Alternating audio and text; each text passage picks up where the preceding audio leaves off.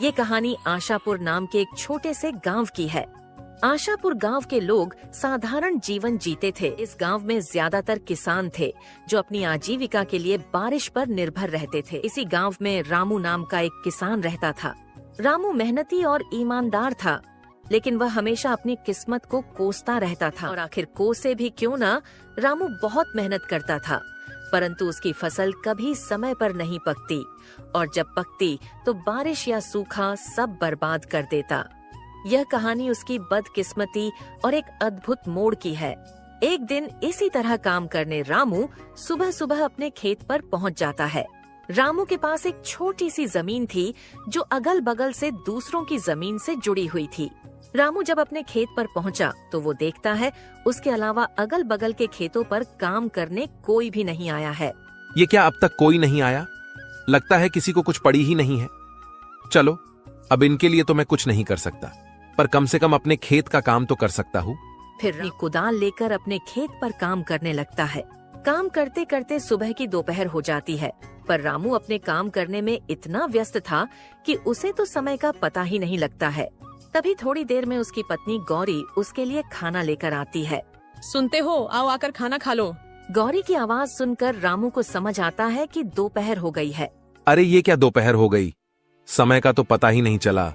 चलो, अब गौरी खाना लेकर आ गई है तो खाना खाकर थोड़ी देर आराम करके फिर काम करता हूँ। रामू गौरी के साथ खेतों के पास वाले पेड़ के नीचे बैठकर खाना खाने लगता है। क्या हुआ जी? लगता है आज कुछ ज्यादा ही थक गए हो। हाँ, आज सुबह से लगातार खेतों पर काम कर रहा था। सुबह की दोपहर हो गई, पता भी नहीं चला। तो आपने थोड़ी देर आराम क्यों नहीं किया? मैं क्या करता, अगल बगल के खेतों पर कोई काम करने आया ही नहीं, तो मुझे लगा अभी दोपहर होने में समय है, इसलिए मैं भी लगा रहा। वो तो तुम आई तो पता चला कि दोपहर हो गई। क्या हुआ, अब तक कोई आया क्यों नहीं खेतों पर काम करने? वही तो, इन लोगों का ही सही है, जब मर्जी आते हैं, जब मर्जी जाते हैं। और एक मैं हूँ जो इतनी मेहनत करता हूँ, फिर भी पता नहीं कैसी किस्मत है मेरी, जो हमेशा कोई ना कोई बहाने से मेरी मेहनत बर्बाद कर ही देती है। रामू को इतने परेशान देखकर गौरी उसे दिलासा देने की कोशिश करती है। आप इतना क्यों दुखी हो रहे हो? आपको पता है ना, आप मेहनत करते हो तो बस, किस्मत को क्या कोसना। आज आपकी किस्मत साथ नहीं दे रही है, पर क्या पता कल आपकी किस्मत आपका साथ देने लगे। हाँ गौरी, पर ये कल कब आएगा? कब मेरी किस्मत मेरा साथ देने लगेगी? मैं जब सोचता हूँ कि इस बार कोई परेशानी नहीं होगी, तो फिर कहीं ना कहीं से कोई ना कोई परेशानी आ ही जाती है। कभी कभी तो मुझे लगता है कि विधाता को भी मुझे परेशान करने मजा आता है। आप निराश मत होइए। देखिए, आप बस अपने मेहनत पर ध्यान दीजिए। मुझे पूरा भरोसा है कि आज नहीं तो कल आप खुद मुझे कहेंगे कि लगता है किस्मत मेरा साथ दे रही है। देखते हैं गौरी, ये समय कब आता है। रामू को खाना खिलाकर गौरी वहाँ से चली जाती है और रामू फिर से अपने खेत में काम करने लगता है। रामू अपने खेत में काम कर ही रहा होता है, तभी वहाँ बगल वाले खेत का मालिक हरि आता है। रामू को काम करता देख हरि उसे आवाज लगाता है। और रामू भाई, क्या हाल है? लगता है आज कुछ जल्दी ही आ गए थे खेत पर काम करने। जल्दी जल्दी कैसी हरि भाई, दोपहर हो चुकी है। तुम आज कुछ ज्यादा ही देर से आए हो। हाँ भाई, आज थोड़ा देर से उठा था तो सोचा दोपहर का खाना खाकर ही जाता हूँ खेत पर तुम्हें क्या हुआ है रामू भाई? खेत को देखकर लग रहा है तुम्हारा पूरा काम हो गया है, पर तुम्हारे चेहरे को देखकर लग रहा है काम अब तक शुरू भी नहीं हुआ है। नहीं भाई, ऐसी कोई बात नहीं है, वो बस अपनी किस्मत को लेकर थोड़ा परेशान था। अरे रामू भाई, कब तक अपनी किस्मत को कोसते रहोगे और कब तक किस्मत के भरोसे चलते रहोगे? अब किस्मत को कोसू नहीं तो क्या करूं भाई? तुम तो जानते ही हो ना, पिछले साल बाढ़ आई, फिर सूखा पड़ गया था, और अब जब इस साल कोई प्रकोप नहीं है तो दिन ब दिन मंडी में अनाज के दाम गिर रहे हैं। भाई मुझे एक बात बताओ, हम दोनों के खेत एक दूसरे के अगल बगल में हैं, यानी तुम्हारे खेत में जो आफत आई होगी वही मेरे यहाँ भी हुआ होगा, पर मैं तो नहीं कोस रहा अपनी किस्मत को।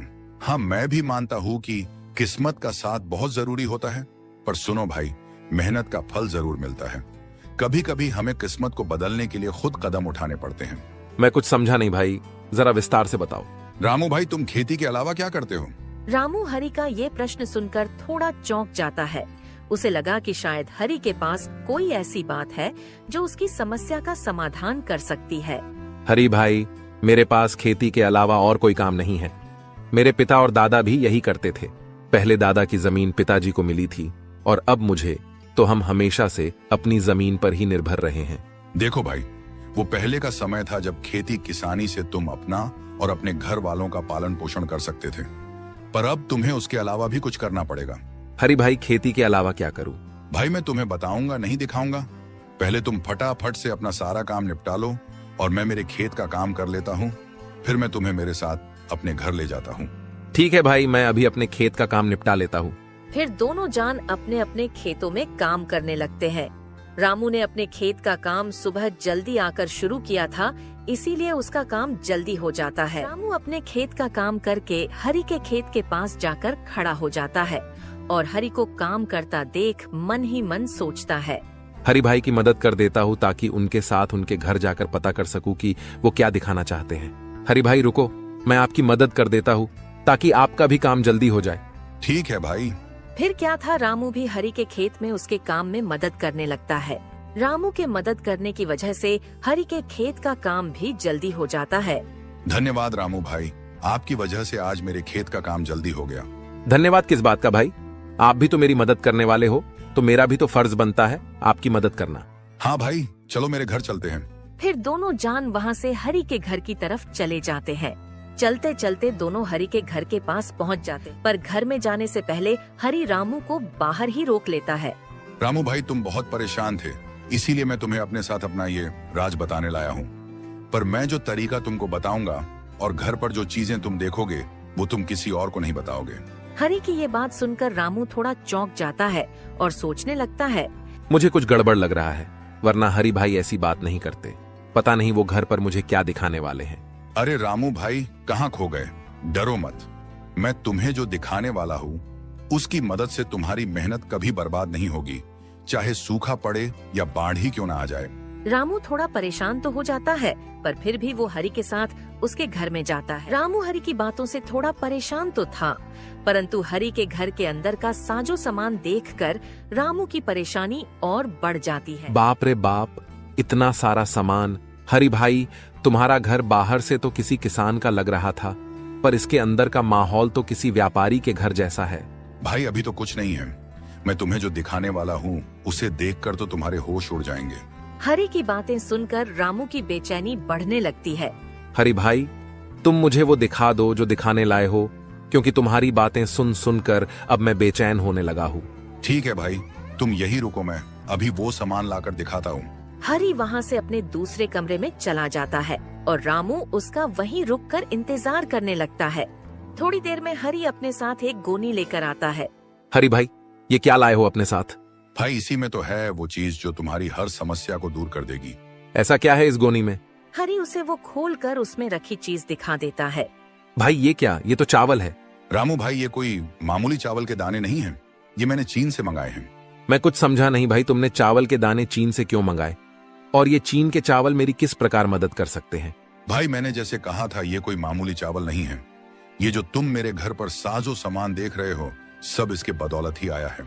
मैं कुछ नहीं समझा भाई, ये कोई जादुई चावल है क्या? हाँ भाई, कुछ वैसा ही सोचो जैसे कि हर बार हमारी फसल किसी न किसी कारण से बर्बाद हो जाती है, तो मैं क्या करता हूँ, बची कुची फसल में इसे मिलाकर बेच देता हूँ। इससे मेरा बहुत मुनाफा होता है। रामू को इन चावल के दानों में कुछ गड़बड़ लग रहा था। हरि भाई, ये चावल के दाने हमारे चावल के दानों से अलग है थोड़े। हाँ भाई, क्योंकि ये चावल उगाए नहीं बनाए जाते हैं। यानी ये चावल नकली है? हाँ, कुछ ऐसा ही समझो।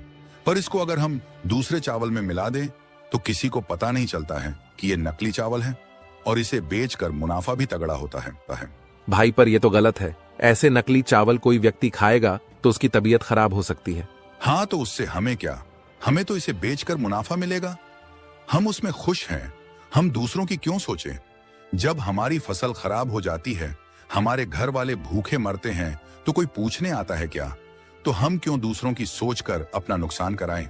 नहीं भाई, ये गलत है। मैं अपने फायदे के लिए किसी की जान से नहीं खेल सकता। भले ही मैं कितनी भी तकलीफ में क्यों ना रहूं, पर मैं किसी और के जान के साथ खिलवाड़ नहीं कर सकता।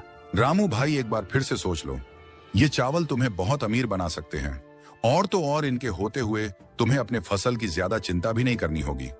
जितना भी हुआ बाकी का ये संभाल लेंगे। नहीं भाई, ये काम मुझसे नहीं हो सकता है, चाहे कितना भी फायदा क्यों ना हो। ठीक है भाई, जैसा तुमको सही लगे। हाँ भाई, चलो फिर मैं चलता हूँ।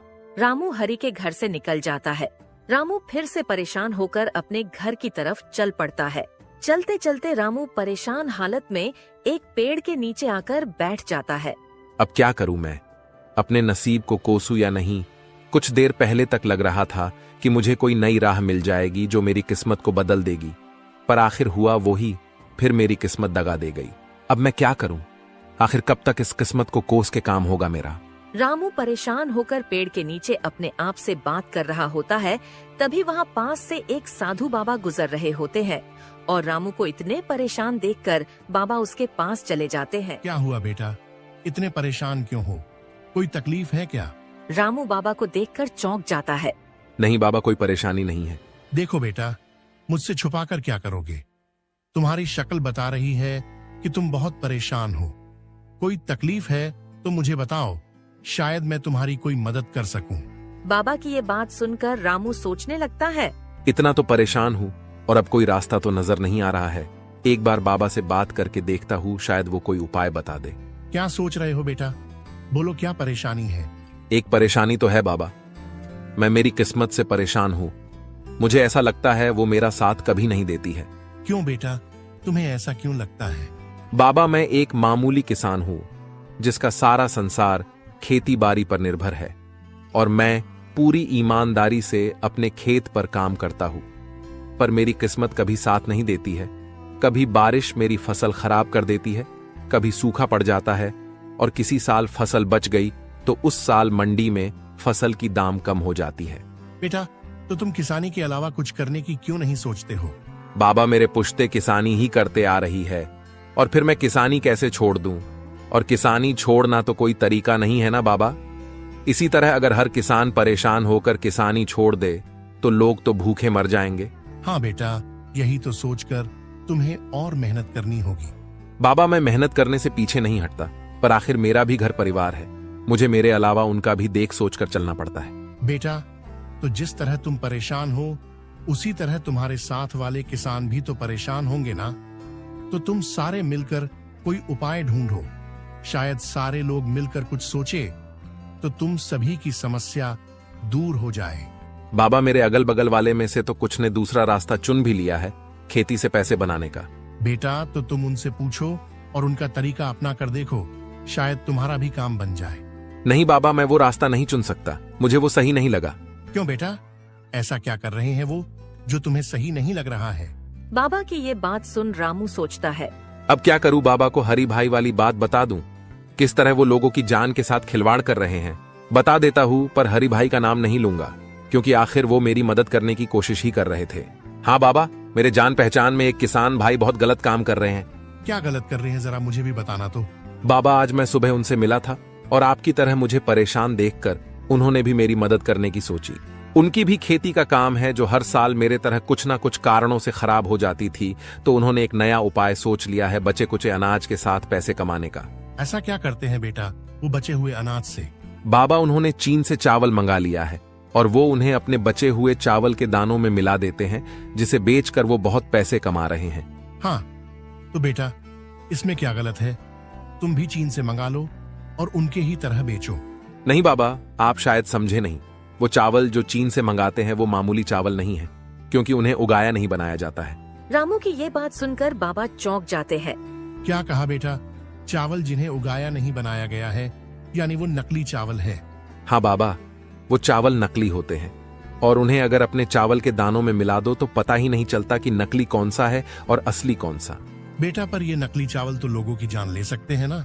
हाँ बाबा, इसीलिए तो मैंने वो रास्ता नहीं चुना, क्योंकि मैं अपने फायदे के लिए किसी की जान नहीं ले सकता, भले ही इसके लिए मुझे और कितना भी परेशान क्यों ना होना पड़े। वाह बेटा, क्या खूब बात कही तुमने। तुमने अच्छा किया वो रास्ता नहीं चुनकर, क्योंकि अभी तो तुम्हें शायद फायदा हो भी जाता, पर बाद में तुम्हें तुम्हारी गलतियों पर पछताना पड़ता। हाँ बाबा, मेरा भी परिवार है। अगर मैं ये गलत काम करूंगा तो कल मेरे परिवार के साथ भी कुछ गलत हो सकता है। हाँ बेटा, हमारी गलतियों की सजा कभी कभी हमारे परिजनों को भी भुगतनी पड़ती है। बाबा, अब आप ही बताइए, आखिर मैं क्या करूं? मेरी किस्मत के तारे में कैसे सुधारूं? आखिर मेरा भी परिवार है, मुझे उनका भी तो सोचना पड़ेगा। बाबा बेटा, तुम मेरा एक काम करो तो मैं तुम्हें इस समस्या से बाहर निकलने में मदद करूंगा। बोलिए बाबा, मैं क्या करूं? मैं आपके सारे काम करने तैयार हूं, बस आप मुझे इस समस्या से बाहर निकालिए। बेटा, तुम्हें कुछ ज्यादा नहीं करना है। तुमने कहा ना तुम्हारा भी परिवार है, तो तुम्हें बस उनसे जाके ये चीन के चावल वाली बात बतानी है, क्योंकि तुमने अपना सोचकर मना कर दिया। पर क्या तुमने अपने परिवार वालों से पूछा इस बारे में? नहीं बाबा, नहीं पूछा किसी से भी। तो एक बार उनसे पूछकर देखो उनका इस बारे में क्या कहना है। फिर कल सुबह तुम मुझे यही मिलना, मैं तुम्हारा इंतजार करूंगा। ठीक है बाबा, मैं मेरी पत्नी से इस बारे में बात करके आपको कल सुबह यही मिलता हूँ। फिर क्या था, रामू वहाँ से अपने घर के लिए निकल जाता है। रामू घर पहुँचते ही सबसे पहले अपनी पत्नी गौरी को आवाज लगाकर बुलाता है। गौरी, मैं खेत से आ गया हूँ, जरा यहाँ आना, तो तुमसे एक जरूरी बात करनी है। रामू की आवाज सुन गौरी वहाँ आती है। हाँ बोलिए, आपने मुझे बुलाया? हाँ, मुझे तुमसे कुछ जरूरी बात करनी थी। बोलिए, क्या बात करनी है? गौरी, तुम तो जानती हो हमारी खेती से कुछ समय से हमें कोई मदद नहीं मिल रही है। हाँ, आज दोपहर को तो आप बता रहे थे, वही ना? हाँ गौरी, वही। पर आज तुम्हारे जाने के बाद मेरे साथ एक घटना हुई जिसके बारे में मुझे तुम्हें बताना है। आज जब तुम चली गई, तुम्हारे जाने के बाद वहां मेरे एक किसान भाई आए और मुझे परेशान देख उन्होंने मुझे मेरे परेशान होने का कारण पूछा। तो मैंने सारी बात बता दी। पर गौर करने की बात यह है कि जो हाल मेरा था, कुछ वैसा ही हाल उनका भी था, पर उन्होंने इस परेशानी से निकलने का एक रास्ता ढूंढ लिया है। क्या बात है? कौन है वो? और आप उनसे वो तरीका क्यों नहीं पूछते? इससे आपकी भी समस्या दूर हो जाएगी। कौन है वो मत पूछो, मेरे एक शुभ चिंतक ही समझ लो। पर पहले तुम मेरी पूरी बात सुन लो। मैंने जब उनको अपनी समस्या बताई तो उन्होंने उससे निकलने का रास्ता तो बताया, पर वो रास्ता थोड़ा अटपटा है। अटपटा? ऐसा कैसा तरीका है, मुझे बताइए जरा, मैं भी तो सुनो। जैसे मेरी फसल कभी बारिश की वजह से खराब हो जाती थी तो कभी सूख जाती थी, वैसे ही उनकी भी हालत थी। पर अब वो चीन से चावल मंगाते हैं। क्या कहा? चीन से चावल? हाँ गौरी, वो चीन से चावल मंगाते हैं और फिर उनको अपने पास बचे हुए चावल के दानों में मिला देते हैं और बाजार में बेचते हैं। इससे उन्हें बहुत फायदा होता है और किसी को नहीं समझता कि असली कौन सा है और नकली कौन सा। रामू की ये बात सुनकर गौरी थोड़ा आश्चर्य में पड़ जाती है। मैं कुछ समझी नहीं, असली चावल नकली चावल? हाँ गौरी, चीन से लाए हुए चावल नकली चावल होते हैं। उन्हें उगाया नहीं बनाया जाता है और वो काफी सस्ते मिलते हैं। उन्हें सस्ते में लाओ और अच्छा मुनाफा कमाओ। पर नकली चावल तो खाने में जानलेवा साबित हो सकते हैं, तो ये तो बहुत गलत बात है, अपने मुनाफे के लिए किसी की जान लेना। हाँ, मुझे भी ये गलत लगा तो सोचा एक बार तुम्हारी भी राय लेकर देख लेता हूँ, क्योंकि मेरी इस परेशानी से तुम भी तो परेशान हो और सिर्फ मेरे मना करने से अच्छा है एक बार तुम्हारी भी राय लेना मुझे सही लगा। नहीं जी, हम एक बार के लिए भूखे सो जाएंगे, पर किसी के साथ ऐसा धोखा करके पैसे कमाना बहुत गलत होगा। आज हम चैन से सो जाएंगे, पर कल उन गलतियों का भुगतान हमें किसी न किसी तरह चुकाना ही पड़ेगा। गौरी की ऐसी बातें सुनकर रामू बहुत भावुक हो जाता है। वाह गौरी, मुझे आज तुम पर बहुत नाज हो रहा है, क्योंकि तुम भी बिल्कुल मेरी तरह सोच रही हो। चलिए ये सब बातें छोड़िए, इन गलत बातों को अपने ऊपर हावी मत होने देना। आप और मेहनत कीजिए, देखना बहुत जल्द आपको कामयाबी मिलेगी। फिर क्या था, गौरी की ऐसी बातों ने रामू का हौसला और बढ़ा दिया था। फिर अगली सुबह रामू बाबा से मिलने अपने घर से निकलता है। रामू जब वहाँ पहुँचता है तो बाबा वहाँ नहीं होते हैं और बाबा को वहाँ नहीं पाकर वो थोड़ा मायूस हो जाता है। ये क्या, बाबा तो यहाँ नहीं है? अब क्या, कहाँ से मिलेगा मुझे मेरी परेशानी का हल? रामू अभी अपने आप से बातें कर ही रहा होता है, तभी बाबा अचानक से प्रकट हो जाते हैं। आ गए बेटा तुम। बाबा को अचानक से प्रकट होता देखकर रामू थोड़ा डर जाता है और अपने मन में सोचने लगता है, बाप रे बाप, ये तो कोई मायावी बाबा लग रहे हैं। अभी के लिए मेरा यहाँ से निकलना ही सही रहेगा। अरे बच्चा, डरो मत, ये तो मेरी एक छोटी सी शक्ति है, मैं कोई मायावी नहीं हूँ। नहीं बाबा, मैं डरा नहीं था, बस थोड़ा चौंक गया था। बोलो बेटा, क्या तुमने वो काम किया जो मैंने तुमसे कहा था? हाँ बाबा, मैंने मेरे पत्नी से उन चीन के चावल के बारे में बात की और उसे ये भी बताया कि इनसे हमें बहुत फायदा होगा, पर उसकी सोच पूरी मेरी तरह है। उसने भी ये गलत काम करने से मना कर दिया। उसने तो ये तक कहा कि हम एक समय पर भूखे रह सकते हैं, पर किसी के साथ इस तरह धोखा करके पैसे नहीं कमा सकते। रामू की ये सारी बातें सुनकर बाबा बहुत प्रसन्न होते हैं। ये तो बहुत अच्छी बात है बेटा कि तुम्हारी घर वाली की सोच बिल्कुल तुम्हारी तरह है। बाबा, अब आप मुझे कोई तरीका बताइए जिससे मेरी समस्याएं दूर हो सके। हाँ बेटा, रुको, मैं तुम्हारे लिए कुछ लाया हूँ जिससे तुम्हारी सारी समस्याएं दूर हो जाएंगी। बाबा फिर उसे एक पोटली देते हैं। बाबा इस पोटली में क्या है? बेटा, इस पोटली में जादुई मिट्टी है। तुम बस इस मिट्टी को ले जाकर अपने खेत में छिड़क देना और फिर उसके बाद अपने अनाज के बीजों को छिड़क देना। फिर कमाल देखना। पर एक बात याद रखना, मिट्टी कम कम छिड़कना, और जब पोटली की मिट्टी खत्म होने वाली हो तो अपने खेत की मिट्टी इसमें मिला देना। इस पोटली को कभी खाली मत होने देना। ठीक है बाबा, मैं आपकी सारी बातों को याद रखूंगा। ठीक है तो बाबा, मैं चलता हूँ। रामू फटाफट से जाकर अपने खेत में मिट्टी छिड़क देता है। चलो, अब मिट्टी तो छिड़क दिया, अब फटाफट से बीजों को भी छिड़क देता हूँ। रामू सारे खेत में जल्दी जल्दी बीज छिड़क देता है। चलो, बाबा के कहे अनुसार मिट्टी भी छिड़क दी और बीज भी। चलो अब घर चलता हूँ। कल सुबह जल्दी आकर एक बार खेत का जायजा ले लूंगा और जादुई मिट्टी का कमाल भी देख लूंगा। फिर अगली सुबह रामू सुबह सुबह अपने खेत पर पहुंच जाता है और अपने खेत की हालत देखकर चौंक जाता है। उसका खेत पूरा हरा भरा हो चुका था। उसे अपने आंखों पर यकीन नहीं हो रहा था। आखिर बाबा की बात सही हो गई। अब इस जादुई मिट्टी से मेरी सारी परेशानियां दूर हो जाएंगी और आखिर गौरी की बात भी सही हो गई। अब किस्मत भी मेरा साथ देगी। दोस्तों, इस तरह रामू और गौरी के नेक दिले ने उनकी बदकिस्मती को बदल दिया और अब उन्हें अपने किस्मत को नहीं कोसना पड़ेगा। दोस्तों, इस तरह की और शानदार कहानियाँ देखने के लिए हमारे इस चैनल को सब्सक्राइब कर लें।